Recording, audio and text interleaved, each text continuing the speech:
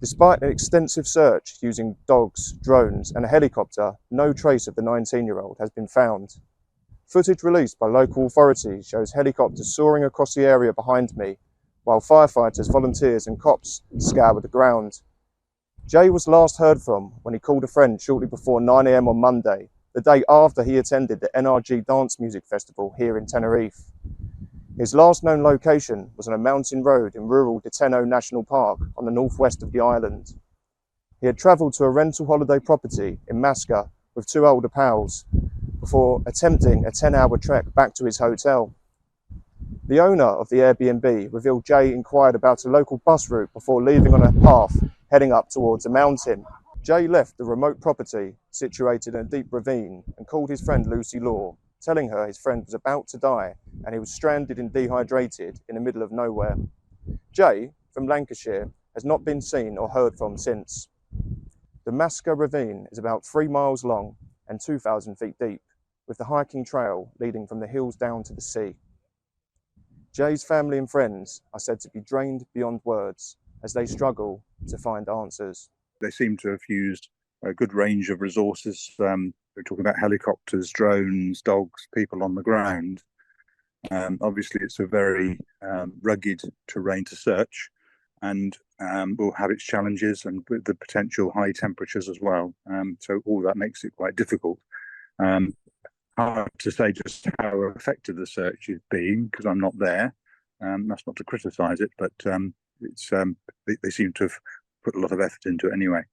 Well, there are two things. One is on the investigation side to investigate or understand Jay, what his personality is, what he's like, fitness, his what he was doing. We know he was at the party and moved off, and then also look at the last place he was seen, which give us the first start for the search, and then looking at different hypotheses to try and determine what might have happened. One obvious one was the men missing on men missing on a night out, which is some UK research that looked at young men who go out on a night out, and if they're reported missing and missing for more than 3 days, there's a high probability that they will have died.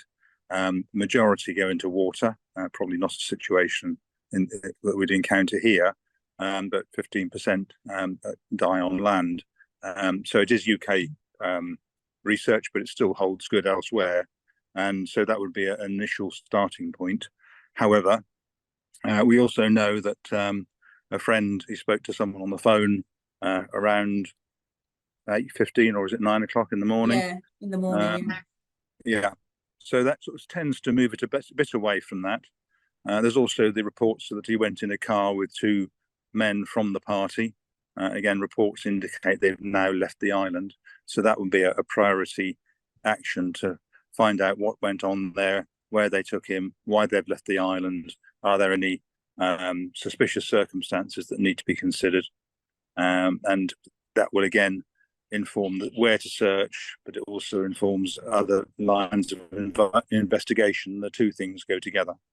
Well, so I think that would be the main working hypothesis, that he walked off, got lost, become dehydrated and succumbed to the elements or a fall.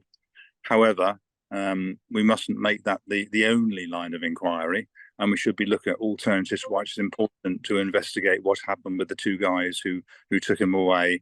Does that give a different search location?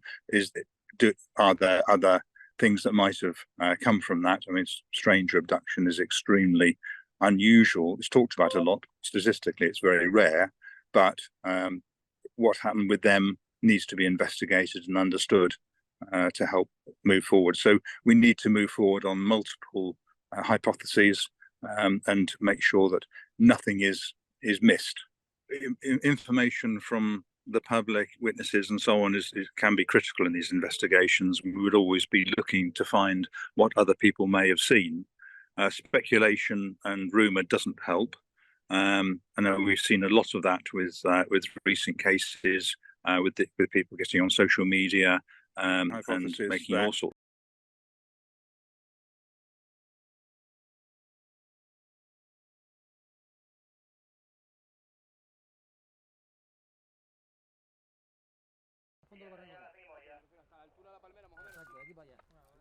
Vale. No, ponte tú por...